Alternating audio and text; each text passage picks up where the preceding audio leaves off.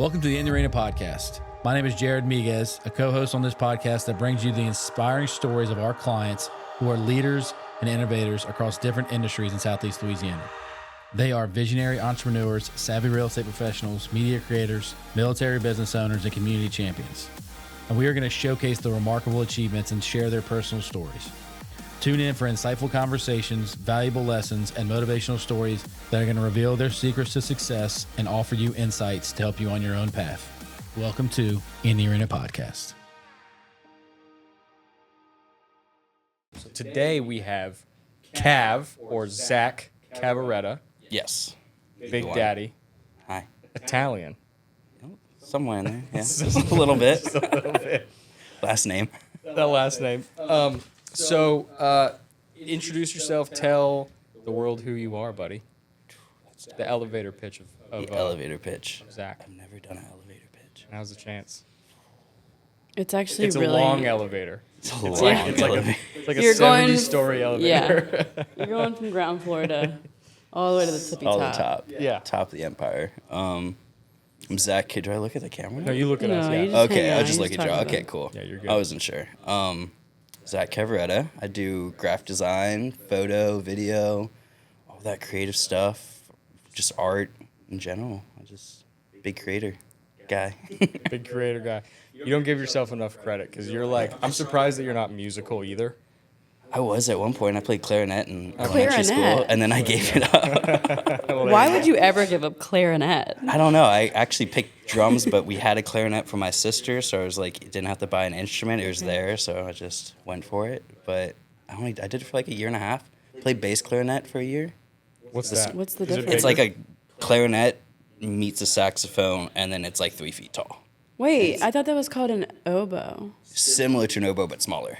Do you know what an oboe is? Oh, I don't. It's not the tiny mouthpiece. I think the oboe has that tiny mouthpiece. No, but it was like, I don't know. I was like this tall when I played it, so It was like your it was same as height tall as as you. me. So it probably was like 2 feet, and I felt like 5. That's It was just great. massive, but yeah, I did music for a little We're bit, gonna and need a then after photo of that, that to Yeah, we insert. could- I'll try to find one. Mom's probably got one somewhere around It's the on the house. refrigerator. Yeah, for sure. But yeah, that's the most musical. But yeah, I do a lot of creative stuff, but I don't talk about myself. Isn't it terrible? It's weird. It's the Today worst is thing the ever. day. Super weird. Yeah.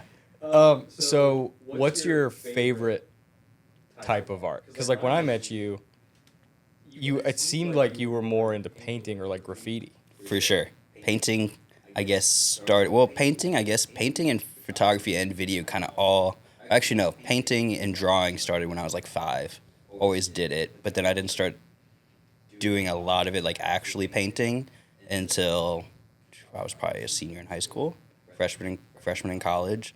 And that's like the same time I started photo and video. I bought my first camera, like first official DSLR with all my graduation money. Like graduated high school, yeah, Canon Wow. T2i. Dude, I had a T2i. It literally, I bought it. It came out the week I had like my graduation party and got like graduation money from like family and relatives and friends and all that. And I went to Best Buy the next day after my graduation party and bought it, like because they had just got it in. And I used that camera for way too long until I have like probably 6 burnt pixels on it. Like I couldn't film video anymore because we'd have to manually fill in the pixels if we filmed with it. Oh my Really? goodness. Yeah, if you could see it, if you'd film like with the blue sky, you could see like some blown out black dots, Wow. pixels Crazy. on it. Yeah, I still have the camera. Is that because you were filming in the sun? I have no clue. Filming at the sun? I probably burnt a sensor or something from Yeah. filming because I used to do a lot of wakeboard filming and being in the sun and had no filters or anything Sure. because I didn't know what filters were at the time. I just was kind of winging it the whole time. Didn't know settings or anything. But yeah, that was the start.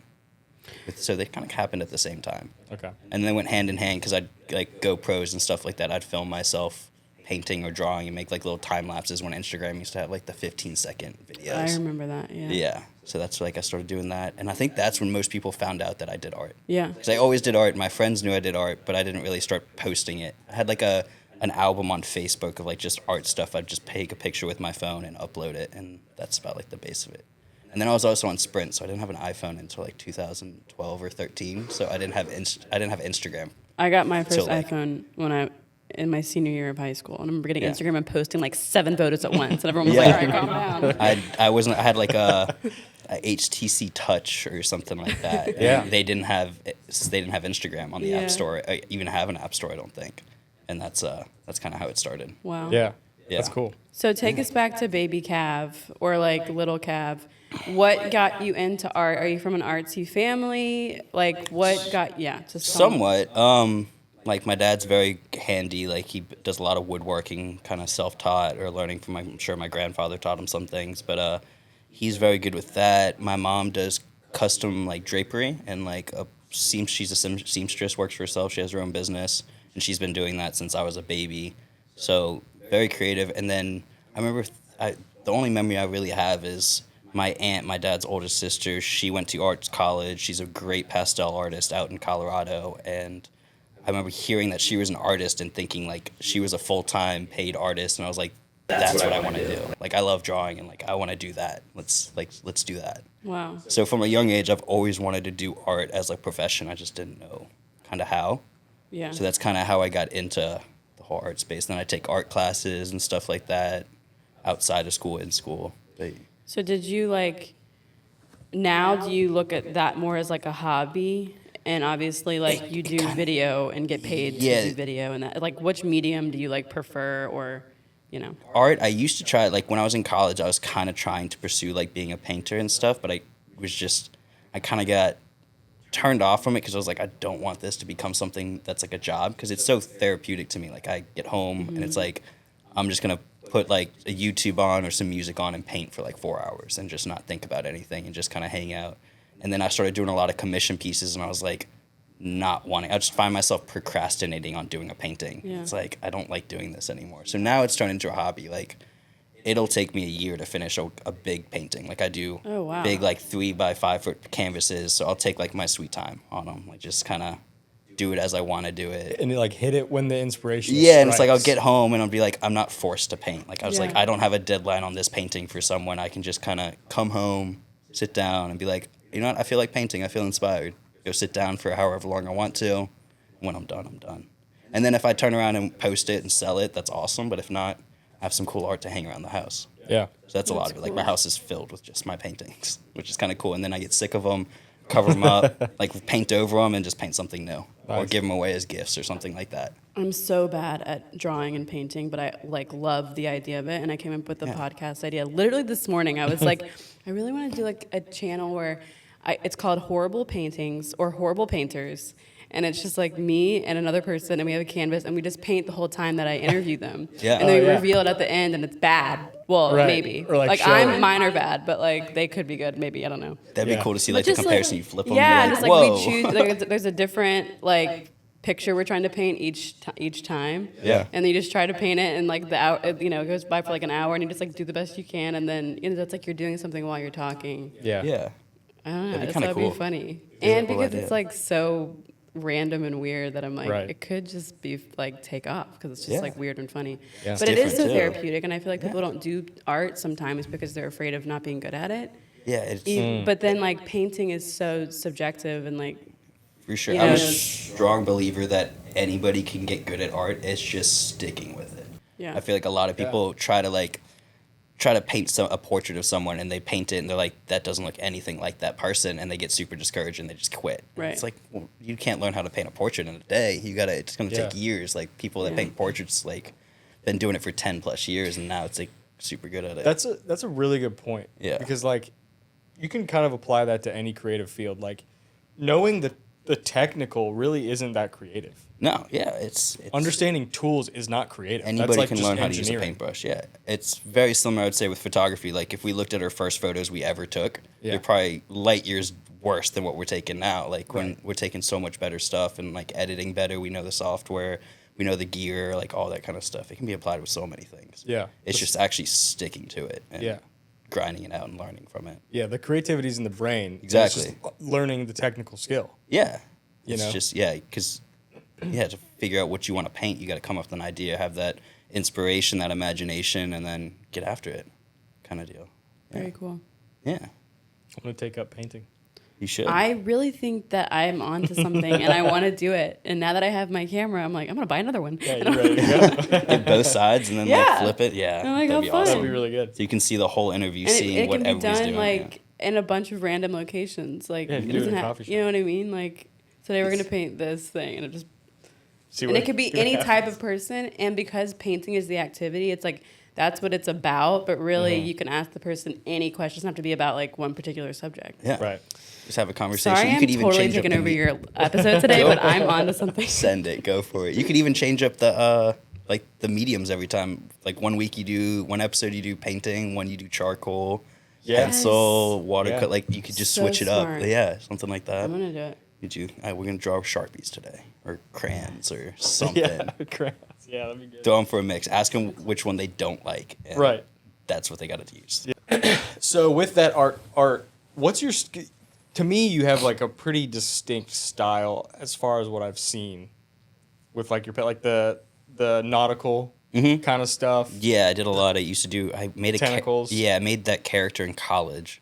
The first guy was a scuba diver in like a vintage, like one of those big metal ones with all the portholes. Yeah. And he was wearing like a blue suit. Mm-hmm. He'd always had a suit on, doing different things. I was in a screen printing class, and we had to do a print, make a character for it, and that's the character I made up, and I really liked him, so I just continued painting him. Like I have a big, probably like 5 foot by 5 foot painting of him with a whiskey glass like over my mantle. Yeah, like, yeah. Big one, that I still have at my house. Is that the one where he's the astronaut?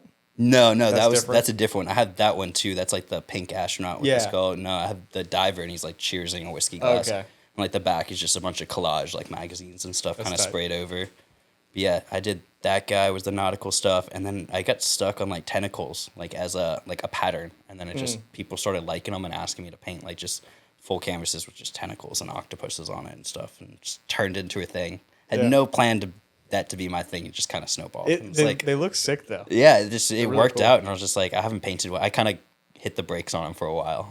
I'm doing too many. I was just like, this is getting kind of too many, and then I started doing a lot of skulls recently and skeletons, and like butterflies. It's just random things hit me and they stick with. I keep adding them to things, and just snowballs. It keeps going. And yeah, but I bought my camera because I wanted to start shooting videos of my buddies that were wakeboarders because they're all sponsored and really good. So I was like, dude, someone's got to film this. Like, I want to make some cool edits of these guys. Like, these guys rip.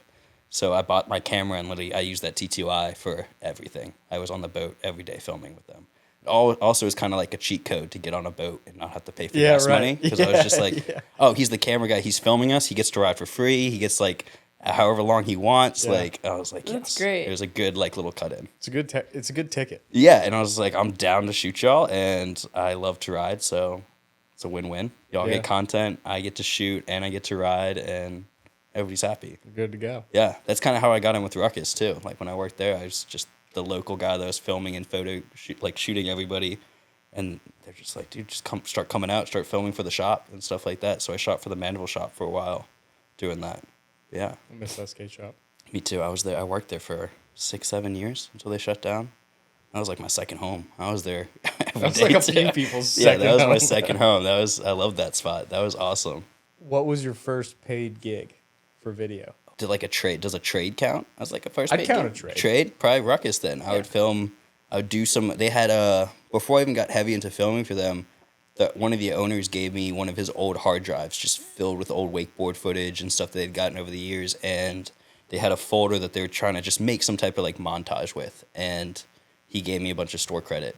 It was Chip. He gave me a bunch of store okay. credit just to like take the footage and do something with it, and then yeah, and that was like the first like job I got a trade for, and then after like first paid gig was I got on with a guy out of Baton Rouge shooting weddings.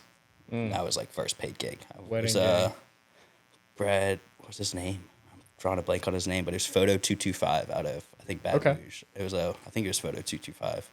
Brad King shoots weddings, but he shot my sister's wedding. He was telling my sister about like how he lost his assistant photographer. She was graduating and moving, and they told him at one of the meetings that I shot photos. So I met him at Bourbon Orleans to have like a meeting with them. Turns out like it wasn't a meeting, it was a wedding I was shooting. And like he gave me a rundown. He's like, don't bring your gear. I got like just come meet me. Hands me a camera at the bar, and he's like, we're gonna go shoot a wedding. I was like, oh, sick. I was prepared for it because he's like, we might shoot something today, or like we might shoot this, but let's see how we like vibe first, and we ended up shooting a wedding. It was super fun. Upon meeting you, it was like, we vibe, let's go. Yeah, we'll that's go. wild. Yeah, it was sick. You got thrown into the deep end then. Yeah, it was fun, and it was like one of the first experiences. Like I had to learn how to shoot with a flash, like Immediately. immediately. that's I'd like a never shot with different- like an yeah. external flash. Oh, wow. Like yeah, it was TTL. Was it TTL on the flash or TTL 125. that saved me because 5. it's just like auto. Like, Yeah, that's Dang.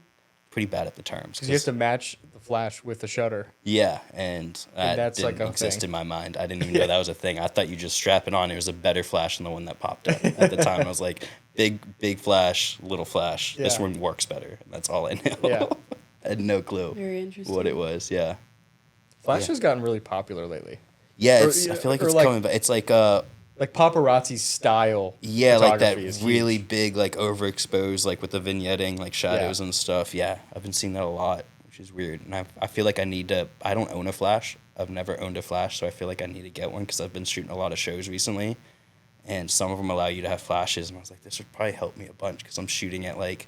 Luckily, I shoot on an R5, but I shoot at like 12,000 ISO sometimes. But luckily, Because you're in such dark. yeah, and it's runs like usually. you. Those if- RGB lights aren't bright.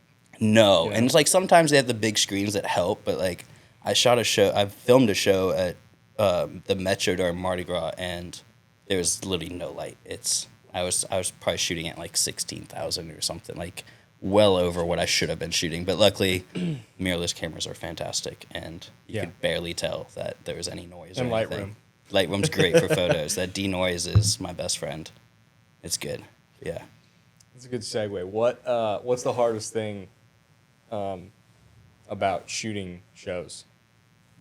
Just like knowing the do's and don'ts. That's like probably the hardest thing. It's a lot of the time when I shoot a show, I've never met the artist, so it's usually like friend of a friend. They need a videographer, so they can't give them my contact. They hit me up. They're like, hey, we need someone to shoot this show. Are you available?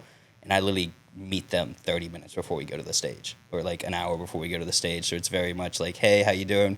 What do you want me to do, and what can I do? Because some of them are like really weird. Like they're like, don't stay on the stage with me too long. Like come up 30 seconds, get off or whatever. And it's most of them that I've worked with though are super chill. They're like, just do you. Just get cool shit. Like Yeah. don't worry about it. Yeah. Like as long as you're not unplugging anything that's probably actually saying that. Like that's probably the thing I get most nervous about because there's so many cables on the ground. They're just taped down. Yeah. And it's like either it's just telling myself don't trip and don't unplug anything. Yeah. Because if you unplug anything, it kills the lights, kills the board or whatever it You don't want does. to be that guy. No, and it's like then I'm just like, oh no, I don't want to be that guy. But yeah, that's probably the nerve wracking part. Other than that, I kind of space out most of the shows. Like it's over, and I'm just like, oh, we're done That now. happened, yeah.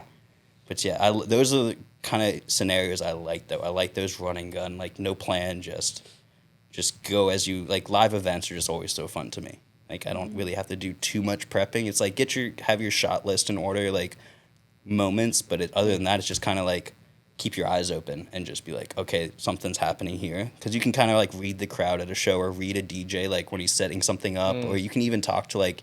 There's a guy like at Metro. There's a guy with CO2, so you can kind of tell like look at him and you can see he's about to press the button, so you can get ready to put the camera up and catch that moment or something Yeah. like that. But yeah, those are always super fun. At what point did Premiere fail you when it was like the most The worst time. the worst time? I've been waiting for- to for tell someone Premiere this. to fail you. I honestly will. The only time I comment on Instagram posts or social media posts is when someone complains about Premiere, because I'm in like the 0.00%, 1% that has never had Premiere crash on them. What? Like knock on wood or everything, but like it's the only time it's messed up is it's user error. Like Really? I put too much on my computer, like trying to do 4K footage or something on an old MacBook that can't handle Okay. it, or not like having the files linked or something like that. Or, Yeah. Like I've never had it. Really? Never Jonah, had tell it. us I haven't either, but I haven't used Yeah. it long enough. Yeah, I'm a like I new say it all the Premiere time. And I'm user. like, I'm waiting for the day because I have Oh, people buddy. complain about it all the time. I was like, I couldn't tell you. Like Wild. never. Actually, I take that back. The worst is like a file won't open, but I still think that's usually like I saved it wrong or like the file Sure. got corrupted. Right. But it's never to the point of like it freezes or just keeps crashing and crashing. I think that one time I hit you up for the color correction. That's probably the worst of my problems Okay. that I've ever had. Yeah, Is yeah, like yeah. I export a file and it looks like something in Premiere, and then I export it, and like the contrast is flat. all crazy. Yeah. Yeah. And Which then- that's annoying. That's just that is annoying, but yeah, that some random dude had to like make a. figure that out and then made it like work. But that took me up until what was that, last year? Yeah. So I've been using Premiere. Or I actually used to use Final Cut X when I first started. Pirated that. Shout out Nice. to Pirate Bay. Hey, But some malware on that computer, baby. yeah, oh, it destroyed my old MacBook. And then I switched to Premiere my freshman year of college because I had to buy like the Adobe suite. So I just had it. So I was like, and then I just switched to Premiere because they didn't have, I couldn't find Final Cut on it or something. So I just decided to do Premiere. And I was like, I saw it was like the industry standard at the time. So I was like, I guess I got to learn Premiere. Yeah. And now it's like, I know it pretty well. I'm a big Premiere guy. Yeah, I love Premiere. I've been tempted to go to DaVinci because I see everybody posting on YouTube, like DaVinci's like it. But then I hear like everybody, even a lot of big people that I follow, it's like they use Premiere to edit and then they'll export it in color grade Yeah, in DaVinci, color- which was like, yes. okay, because I guess color grading on there is like really nice. It's super robust, Yeah. especially like And if it's you very get the detailed and they have like physical instruments that plug in that work with like they have saw like those, a roller, yeah. like a reverse it? mouse ball. I saw for color grading. I watched it's a lot of crazy. Peter McKinnon stuff, and his editor Yeah. has one of those big boards with all Yeah. that stuff, and he did a video on it, and I was like, this is kind of It's cool. it's naughty. I You got it for free with my Black. If you buy a Black that's Magic right. camera, DaVinci comes for free with it. Oh, nice. Yeah. So I just got it. And it's like a one-time So- purchase. It's not like a monthly that's subscription, nice. which is Yeah. very nice. That's Yeah. what Premiere and all those things used to be. But Right.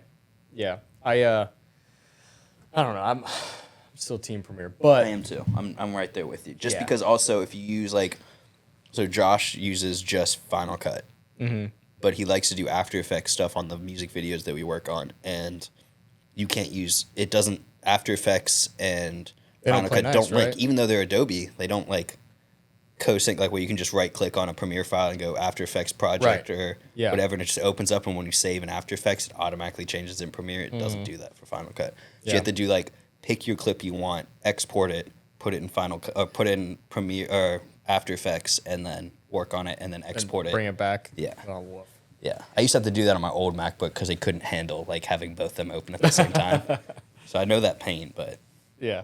it's much easier when you can have them both open. You just minimize Premiere and don't worry about it until you're done. It's nice. You're chilling. Yeah, Dynamic link. Baby. it's great.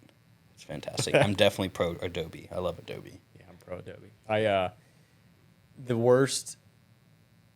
Probably the worst time that it failed on me, which to me it's happened a lot, to be honest with you.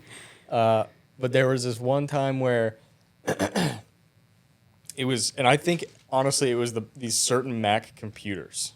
The tubes. Oh The yeah, first- the old the first desktop ones or like Pros. Yeah. They were like that. It looked like a trash can. Yeah, Literally. yep. Like I mean, And it they like looked slid off and you yeah. can replace where I am and all Yep. that kind of stuff. Yeah. And so we got those, and they were at the time screamers. But even I honestly don't even think that it would do well with 4K footage now. But like Sounds like a at rocket the ship time, taking off. yeah, it was good. But I was editing like a big like, I think it was for like it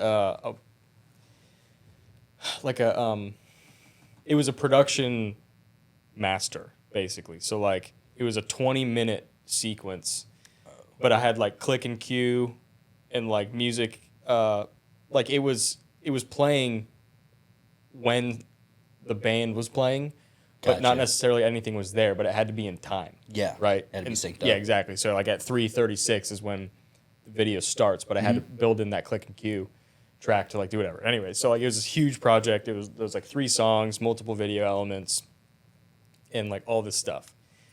And I didn't save, like I had the project open and I never really like saved it.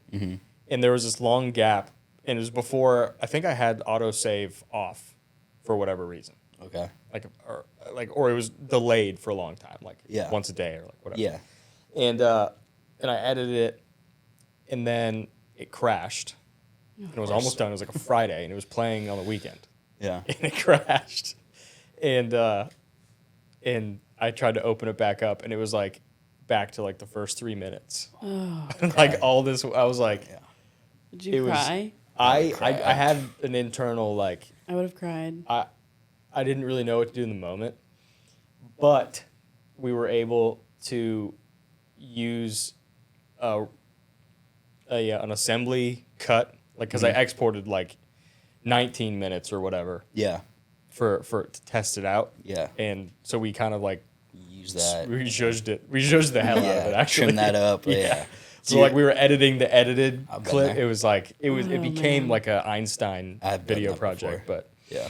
that was rough. Yeah. It happens. I've had that. I've actually had. There's a gap in like my filming, like career from I think, 20. What was it like? Probably 2012 to 2014. Like the 2-year gap, I did not film at all. Was like done with it, over it. I had an external hard drive and my computer crashed at the same time. So like all those videos that like I used to do with Ruckus and all that Yeah. stuff, that doesn't exist anymore. Those are no. nowhere to be found. That's so So if you didn't know I did sad. those videos at any point, like I didn't exist as a filmer. Yeah. Like there was no proof that I was like, buddies would try to tell people like, yeah, he films and stuff. Like, oh, let me see it. I was like, I don't have a thing. Yeah. And Like, like you're my bullshitting also me on right top of that, like I had a Vimeo account because first YouTube was really bad about copyrighting music. So I used Yeah. Vimeo to get over that because Vimeo Yep. just lets you put any music on for a while. Yeah. And so in that 2-year gap, all my videos were on my Vimeo profile, and I just never checked it because I was like, they're there, they're safe, whatever. I guess I'd gotten a couple emails about 2 videos. They started doing copyrights, flagged one video for music, and then flagged another one because in the intro someone curses. And they like flagged me for it, and I was like, What? "You have nudity on Vimeo." Like There's- I don't know, yeah, there's- it's like the artsy one, there's but butts on Vimeo, So I got man. flagged, never saw the email, never checked it, And they took and everything? they noticed it, and they completely deleted my account. No longer exists. So all that work That's from like so 2014, and mean. I was just like over it. And I was like, that's when I kind of started doing painting more. Around You're that like, I'm time. gonna be a I painter. pivoted. I was like, I'm going back to painting. I was like, screw digital stuff. I'm going back to paint. Yeah, we're Like, going analog. Baby. yeah, we're going analog fully. And then I got introduced to Josh and started doing music videos with him. And that's how I got back into it. Who's Josh? So he's a rapper. He's a rapper. He goes by Cheddar. Okay. He's on G59 Records. We went to the same high school, but we met. You went to Fountain Blue? Mm-hmm. What? He was yeah, all those guys like Suicide Boys. Scrim went to Fountain Blue. We were all like a year apart. Yeah. I did not know. Ruby didn't. Ruby was on the South Shore, and then Kyle, their manager, he went to Fountain Blue as well. That. No way. But yeah, so I got introduced to him because he was at the time doing music videos, and he would just have his girlfriend or his mom like hold the camera for him. Yeah. Yeah. And like he needed someone that knew a little bit more about cameras filming. I used to film a lot of like the local artists. Like I've done a few photos for Scrim back when he DJ'd and played shows at Howlin' Wolf. I used to shoot all the DJs over there, like Hall and all those guys when they DJ'd. And so we met, got introduced to each other.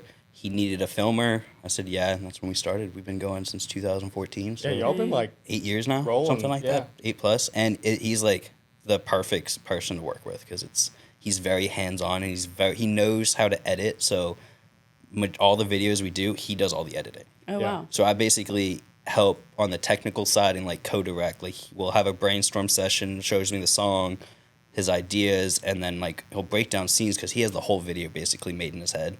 And he's like, okay, I want the shot to look like this. And I'll be like, okay, we need lights, we Yeah. need a 50 millimeter, or we need like a fisheye in a corner. And like I can set up the stage for him. And then I dump all the footage to him and he does it all. The most I do is like, if he's trying to he'll describe an effect and I'll know the effect name and I'll send him Yeah. a tutorial and then Right. he'll go do it himself. Dang, that's Yeah, nice. it's nice because he's very hands-on. It's not like show up, get because it used to be like just show up, they hand you the song, and it's like, what do you have an idea? And I was like, I haven't even heard this song, and we're Yeah, supposed to right. film in like an hour. Like, let's just go find some cool spots and point a camera at you Yeah, and like I just guess chop we're it gonna up. go to Sunset Yeah. Point, Exactly, park the Sunset car Point, and find some just- graffiti in an alley. Yeah, something like Oh my that. God, remember that graffiti graveyard? Yeah, Yeah. pre-stress. Yeah. I Pre-stress. filmed many videos there. That was one of my go-to I spots. loved that place. Because you They could go got so rid many of it. spots, and it was just like different. I filmed a lot of music videos back there, a lot of photo shoots. Yeah. It was a very like So many clutch photo last-minute spot. Like, Yeah. I got nowhere to go. Cool backdrop, pre-stress. took some photos in there. Yeah, I've done climbed a around, lot of stuff. bled a few times. Yeah. Fell. Oh yeah. Climbed on those big buildings and probably shouldn't have. R.I.P., man. Yeah, pre-stress. Blew it all up with dynamite. We cleared it out. Yeah. Yeah. That's Now sad. they're putting I think condos and stuff there. No. They need to do something. Yeah, they got something. I know the town's been trying to fight it. I It think. can't be But just- it's apartments, but it's for older people, like no one younger What? than the age of 50, I think. You And know, then it's like they shops just- and stuff and offices. It's something like that, and I know they've been trying to fight it. It's been going on for years. In a video, how do you know Or like, what does Cav feel when you know you got like the shot? Or like, you know, like when you're like, that's the one. What makes you think that that's the one? It depends. Like for shows, it's like just being like catching a perfect, like seeing like people like say a drop on a song happens and the crowd reacts like perfect timing and you catch it like all at once. Or like I do a lot of those like whips, like be on the DJ and then like whip to the crowd and like actually lining that up perfect. Like happens, you pan to the crowd quick and it's like in focus on someone like cheering and it's like got it, clip it, like let's go. Yeah.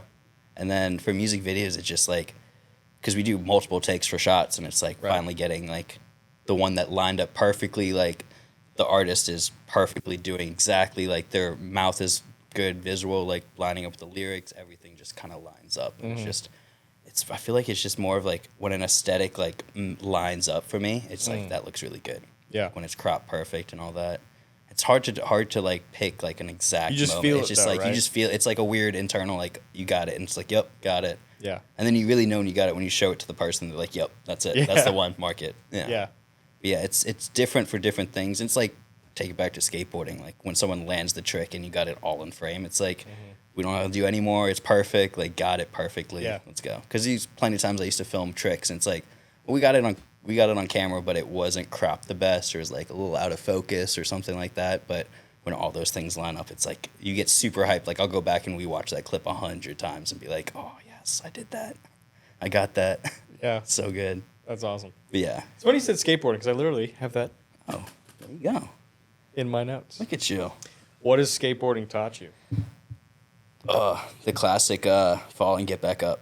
Yeah. Kind of just take it as it comes. Like it's given me a lot of patience. I feel like skateboarding's given me, because there's been times I've literally tried to learn a trick for days and weeks on end, not getting it, but keep coming back and like eventually getting it. And you can apply it, I guess, to anything, but like with photo video, it's just like trying to get that shot or trying to like edit something. And I mean, there's probably plenty of times you've worked on an edit and like it's not working out.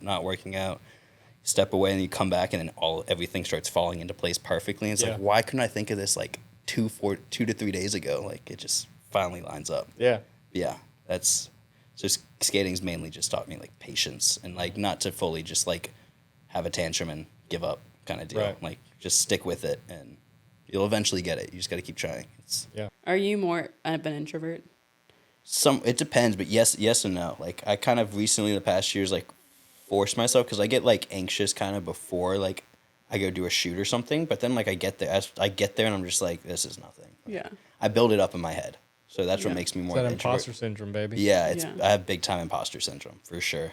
How do you deal with that when you're on shoots? Like, well, I know you just said that you kind of forget about it, but like, So it's more of just like driving to the show, like driving to a show or driving to an event. It depends what the event is or what it is, but like a lot of these shows where I'm like working with DJs, I'm on the stage and stuff, I'm just like, what am I doing? Like, why am I, like, what is this? Because I really picked up a camera at one point, like I really wanted to be like a tour photographer, a videographer, and like do those kind of events. And now it's kind of like starting to happen where I'm shooting a lot of shows. I'm just like, no, you're not supposed to be doing this. This is weird. And then but like to get out of that, I get there on the ride there. It's like kind of like in my head, nervous about it. Then I show up and like meet the person, and then it's all gone. Like it just literally disappears, like poof. Like that's why it's kind of like, now I know if I feel that feeling, I know within like the first 5 minutes of the event happening, it's gone. yeah, So I just know like, just get over this hump. Like push through. yeah, and it's like, it's gone. You know, like once you get there, it's like, and me just telling myself, it's not that big of a deal. Right.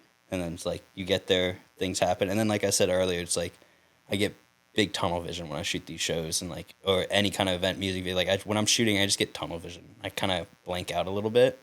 Like I'm in control, but also like forget it happened. Like 2 hours go by like that. Yeah. And it's like, forget where I'm at, time and all that. But, do you feel like that helps though sometimes, of just like For you're sure. not even aware of the surroundings or who's Yes. there, what's going on? So it helps in the fact of like, I can just like focus on like what I'm doing and not any external things. Like I'm not focusing on like, because there's a lot of stuff going on the sides and stuff like that. And if I wasn't like focused on what I'm doing, I could be like, oh shoot, is that guy like, am I doing something wrong? Is he watching me? Like, are these people like paying attention to me behind the DJ? Like, am I in their way? Or like, it's like, no, you're there to do a job. Right. You're doing it.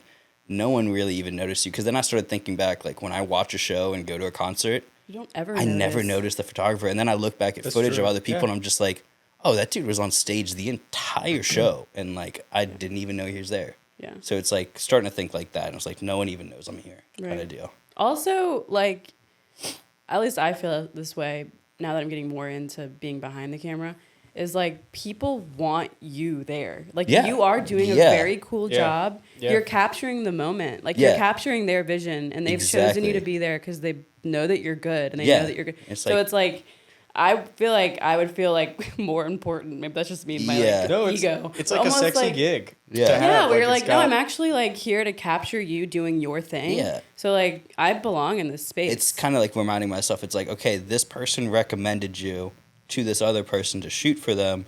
They're not recommending just because they know you. They're recommending you because No. you can you can you deliver. do good jobs. And like a big thing I feel like with that industry is like just being nice. Yeah. Like, just being nice Yeah. and like being easy to get along with. Yeah. Like you don't got to be like the coolest person in the Adaptable. world, but just be like be able to have a conversation like about nothing. Just like BS with them, talk to them, and then be understanding of like respectful of their space and all Yeah. that kind of Yeah. stuff. But they're like they want you there, like you said. Like they wouldn't be getting content without you there. Totally. Kind of there. Right. But yeah.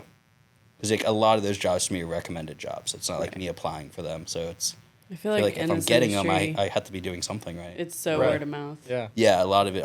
Yeah. 90% of my work is word of mouth. Like Yeah. I'm terrible at promoting myself and like kind of like doing outreach and that kind of stuff. It's more of just like let them come kind of deal, Yeah. or just like get in a conversation or surround myself with people that may need that and being like, yo, by the way, or they find out like, oh, you shoot stuff or you just do graphic design. Like, would you want to work on something kind of deal? Mm-hmm. But a lot of my work comes from referrals and just word of mouth. Some of the best shots that I've probably had at like an event or like something where other people are there is when I'm in their way. Yeah. Like, without a doubt. Like, Mhm. the difference between 10 feet of you, like, being conscientious with people, Mhm. where you're like, nah, Yeah, just get I'm there. getting paid to make sure that this looks really good. Yeah. I'm sorry. I'm getting I have in your way. one of my favorite show shots. I shot a buddy Brock that goes by Boogie T. I shot a show for him during Thanksgiving, and the booth is like right in the middle of the stage, and I was on the opposite side, and I decided to like wrap in front of the stage, so in between him and the crowd, and just get my camera like in front of him, the decks, and like wrap around and walk forward, and like he caught me doing it. And with the beat, like does like the finger guns with it, and like then goes back to the tables. And I was just in everybody's way, and I wasn't walking fast. Like I was doing like a slow pan around and all that. And then he did that, beat drops, and I was like, that's one of those shots that just like lines Yeah. up perfectly. And I was like, you know what, screw it. Like I'm gonna walk because Yeah. I was like, I'm always so nervous because like I don't want to like make the manager or like anybody mad that I got in the way of the show or something. But like it turned out to be a great shot. I was like, once you start like just go for it. Yeah. Yeah. Do it and then ask for forgiveness later if you Yeah. messed up. But most of the time, it's like there's so much stuff going on that they don't even.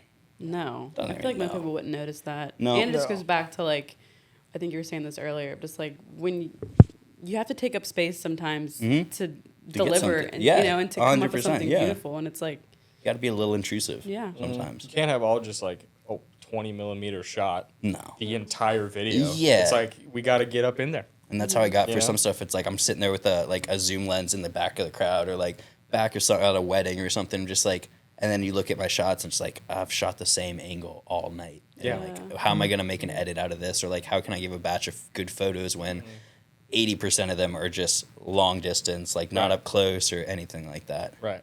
Yeah. There is something though, like when I do events, like I get so like not I get shy where I hate doing like asking people like, hey, can you pose for a photo?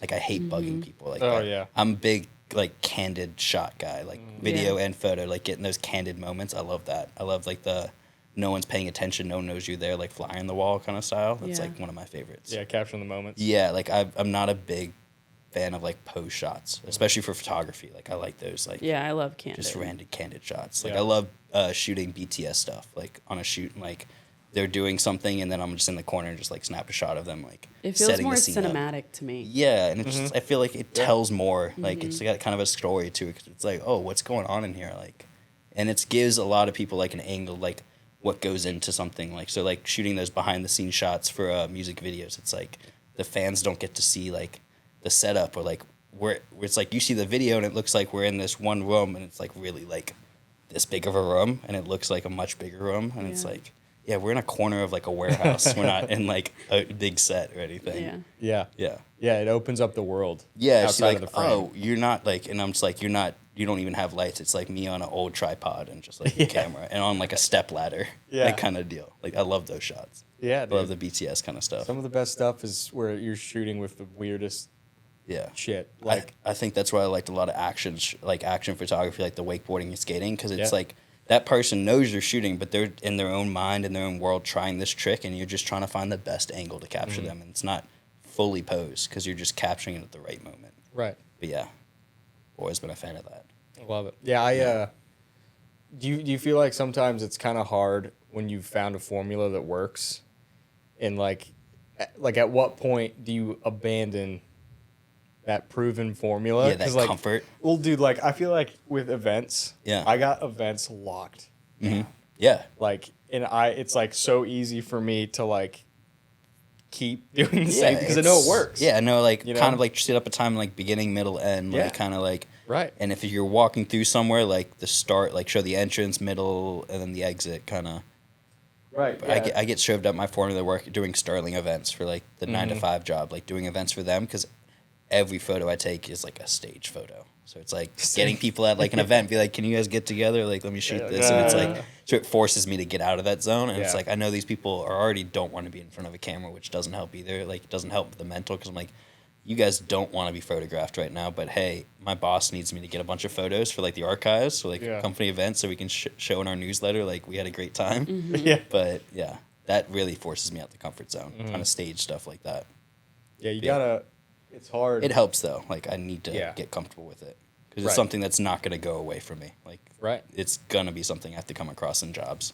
Yeah, it's always, thinking about like how can you make something feel different than the last time you did something similar. Like what, even if it's like one thing, one shot, so one like copy and paste. Yeah, one effect that can like make it feel different. Yeah. I think that's really important. It's hard. I just tried doing that because I used to use a lot of the same like light leak or like lens flare like transitions, and it's like they work so good, and it's like, but I was using the same pack for so long. I was like, okay, we gotta like either start spreading them out more or like use some other ones. Like I did ones with like, now it looks like I used for my last show videos like markers, like it was like writing stuff, and it was like and start messing with like the colors on them instead of red and orange. Like let's try to match the colors in the scene. So like at the show, I changed them to like green and purplish because that was like the light color scheme instead of like that orange and red, and it helped. Yeah, so it helps a little bit changing that kind of stuff. But then not trying to do the same intro shot, the same.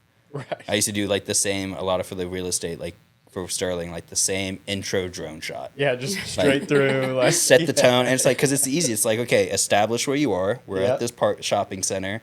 Highlight this business. Now we're going inside. Yeah, like that. So it's like trying to change that up somehow, where it's maybe just like a gimbal shot walking up instead. Right. And then save the aerial for maybe like pulling out at the end, or throw it in the middle or something like that. Like you can use the same shots, but like maybe mixing up the order or something. Yeah. That throws it off. But it is hard because it's just like, I know this works. And especially in that setting, it's like, I know my boss likes this. It's like, they'll be down with it and they'll like it, but it's like me internally, it's like, I've done the same 3 videos over and over again. Yeah. Like same 3 edits. Yeah. Yeah. Trying to change that, definitely. It's hard, but it's needed for sure. Yeah. What do you do when, or like, how do you approach an idea that you don't love, but like you're gonna do it, right? Yeah. But like it's kind of one of those things locked where in, signed it's up locked for in, but you're doing it. You don't love it. Yeah, but it's how do you like mentally kind of just?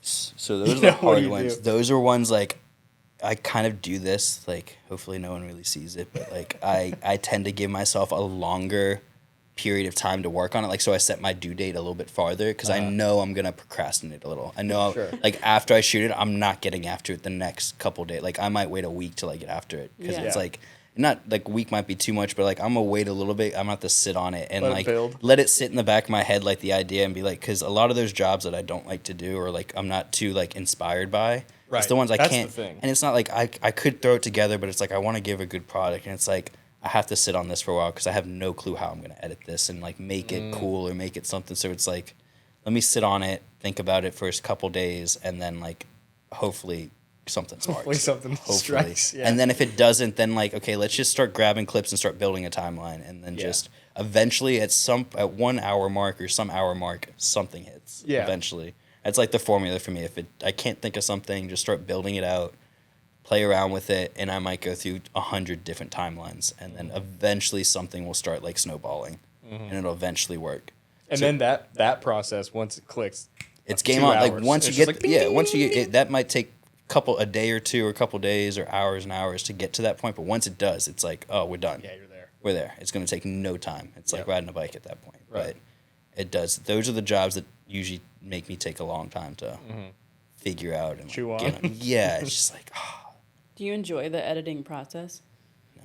no, not at all. I love shooting, Yeah. especially for video. Photo editing, I absolutely love photo Okay. editing. Love. I could see and like that. I could sit on Lightroom and like, especially when I like a while back when I got introduced to like the masking and stuff like that. I was like Yeah. game changer. I was like, oh, Like After this Effects is like for a photo, basically. yeah, because I'm not a big fan of editing stuff in Photoshop unless it's like removal of something or like I'll Lightroom all day. But once I figured out the masking and that kind of stuff, and I was like, oh, this is game on. Like this is super fun. But video editing, no, I absolutely. Dude, we're so opposite. Yeah, it's- in Yeah, that, Jonah's like, always like, do not schedule any photos for me. yeah, But because it's- like I like some people like we'll have clients that will do batch content and they're like, hey, can you do a few photos in our office? I'm like, well, yeah, okay, like like I'm already gonna be there, sure, Sure, yeah. and I like photography, Yeah. but for me, like I would much rather have photography be a hobby, Yeah. than people pay me for it, For sure. and then like so I'll get back into Lightroom and I'm looking at these photos and I'm just like, kill me. Yeah. I It's like photos are one of the things. Like I have that dongle for the phone, and I have Lightroom Mobile. Like depending on the shoot, like I'll pop that memory card in and like start editing that night on my phone. Like, Yeah. I'll be at the bar and start editing photos. Like I keep. I remember that. I Like met I you there. do and that you all the were- time, and I'll just edit photos. Like I have my Lightroom synced to my computer Lightroom, and if I go to the bar or something and I'm waiting on someone or just like hanging out, I'll start editing photos on my phone, and just like I love editing photos. Like I love it. Oh my goodness. It depends what it is though. Like I'm not gonna say I don't want to do like headshots. No, that's not. Those not, are awful. not a fan for headshots. People are so We just did a bunch. We just did a. Me and my coworker Goose just did like a world tour going to all our offices shooting headshots for the company, and it was. Luckily, I didn't have to edit them. He did. I just Yeah. had to do a couple color corrections on some of them for him, but yeah, it's not fun. It's just like not. It's just set them up, smile, 1, 2, 3, cheese. Okay, turn slightly this way, 1, 2, 3, Right. cheese. But then when you're editing, it's like, all right, do they think they want wider teeth? Are they okay with a little bit more medium? Yeah. Is this wrinkle okay? Is this wrinkle bad? Oh, and that's the worst the too. It's stuff like that- because when every time when they walk in, can you make me look younger? Oh, God. It's like I haven't God, heard that I don't 100 know times why. this Yeah, I week. know, right? Or Yeah. can you like make this go away? And I was like, No. Susan, I can't. Like, There's no you right have answer to this. that Like either. this is you know what you look like. Yes, I don't get that. Like people kept asking us and that I- for Cabin Wars, and I was like, no, It's it's like- like you. This is what you. This is who This you is- are. this is what you are. This is what you look like. What do you mean we can't We're- CGI your neck thinner Yeah. for the show? Yeah, we were Like, joking. We are like, we need a sign that says we can't. Catfishing is not allowed. Like shot policy because we have Yeah. shooting policy on shooting. It's actually not like a bad properties. thing. Like Yeah. we can't remove a dumpster. We can't remove like certain Sure. things in a parking lot, and it's like we need that added for like the agents. Like, Yeah. add that Yeah. in there. Like we can't catfish these people because everybody's like, can we use your shots like our old headshots? We're like, those are from 2017. That Yeah, was a and you while look back. Like far you look different. way different now. Yeah. Yeah. Well, it's true. You got to represent kind of what you look like because when they meet you and you're Yeah, like, oh, this isn't the client. Yeah, Well, and like, wait it a could minute. give like a bad impression or something. Yeah. I thought you had green eyes. Yeah. Yeah. You know? You were 20 pounds lighter. yeah, what happened? You okay? Just out of college. Now you got grandkids? Yeah, right. Yeah. Yeah. No. Yeah. But that I don't hate video editing, but I'm very more selective on like what gets me like super like hyped to edit something. Mm-hmm. Like there's some stuff I'm just like I can't wait to like get on this footage because I know exactly like I shot it and I know exactly how I'm gonna edit it. Yeah. But those are like usually like those That's- passion projects, like the stuff I shot today when I went golfing. Like Mm-hmm. I know like I'm excited to go home and like mess with that footage because I know exactly the shots I got and kind of the vibe I want to chop it up to. Mm-hmm. So I'm like I'm excited to go play around with that, but it's not paid gig. It's just like a little just- passion project for fun, Right. for like personal. And so it's a little bit more exciting for me, but there's some things. Like I'm shooting something for our office because we're leasing our 4th floor and moving to a new office. And I had to do a drone video for that. And it's been taking me a little bit. Yeah. And I finally got the first cut out, but like, it's just like, it's just like those typical drone shots, like circling those quarter turn orbits, like the out to in, like the big aerial of showing the surrounding area and that, like the after effects highlighting of like the lot, the highway and stuff like that. So I guess because it's like the straightforward edits. I know I can do it quick, but I'm going to not do it quick because I'm not hyped on it. Yeah. But yeah. That's the struggle, man. It is. It's the, and somehow I end up always getting more video than photo jobs. It's like a weird thing. And I'm fine with it. I've learned to love it more, but I tend to do more video than photo. But I do love photo more than video. Yeah. But I think that's where I started. Like my intro to cameras was film cameras and photo cameras and stuff like. So that was like the start. Was that now that you're in the like concert world and shooting that? Still tiptoeing in, but yeah, in it, yeah. Is that where you want to be? Like, is that like dream job? Like, I want. That's like I was hooked on watching weird thing, but I was hooked on watching. I still am a fan, but I used to be a big like Wiz Khalifa fan, and he was the guy that started on YouTube the day-to-day podcast, not podcast, but like vlog. Yeah. I feel like he was one of the first rappers that did like tour vlogs day to day. Well, it wasn't him, but it was like he's gone through a couple of filmers and stuff. Do it. And they chop it up and follow him on tour, and it was like day-to-day stuff. And I was like, I want to do that stuff. Like, not necessarily vlog stuff, but like, because those guys would shoot the shows too, but then also show like the in-between stuff, like the tour life and all that, and like mash it up and stuff like that. And I was like, I want to do stuff like that. Yeah. And like, on top of like wanting to, that's kind of what got me wanting to filming. Yeah. It was like, I want to kind of start shooting shows and stuff like that. I was when we used to have a Howling Wolf, I used to shoot shows there. Like photos, and I was like, I want to do that. I want to shoot more shows and more venue stuff. And then this past year, I've gotten more opportunity to do it. Cool. Yeah, so that would definitely be like, that would be one of like the dream kind of scenarios. Do that, get to just travel and shoot and stuff. Yeah. The traveling would be sick. The amount of people you meet, like all that kind of stuff, would be super fun. And then still do the other stuff on the side. It'd be kind of fun. I grew up going on on camping trips with my grandparents. I used to love campers. Yeah. Like living, like I was like, I could live in a camper. Like if I had the money and the patience and knowledge to build a camper van, like I've looked that up so many But at times. this point, I was like, I think it's too far. I think it's too far now. Out of like van life. Yeah, and I was like, I would be down with this. Like, yeah. So I was like, I would not have an issue living on a tour bus. Yeah, where can people find you? What do you want to do more of? Tell the people what you want. I would love to shoot more shows. Take me on tour. That'd be great. That's a dream. You can find me at cav.z, or I think it's at cavvisuals, my 2 Instagrams. One's just photos, and the other one's like photo, video, and just day-to-day stuff. Vibes. More casual. Yeah. Casual. Oh, that was almost the name. That was almost like really? I tried to, but I was like, that's a mouthful. Like, Casual. It's like you have to emphasize the V. It's like, this. I don't know if people are gonna be able to say this easily. Right. Yeah. Oh yeah, buddy. Thanks for coming, dude. You're welcome. Thank you for having me. We'll have you come back if you want. That would be cool. I'd be down to talk if you'll have more topics. I thought you made it sound like you weren't gonna. This is the prime example of like I get super nervous, and then once it happens, it just like melts away. I was impressed. I was he's talking. Thank you for having me. Absolutely. Sick. Watch, subscribe, all those things. Yeah. Download. Download. Cool, dude. Well, that's a wrap, baby.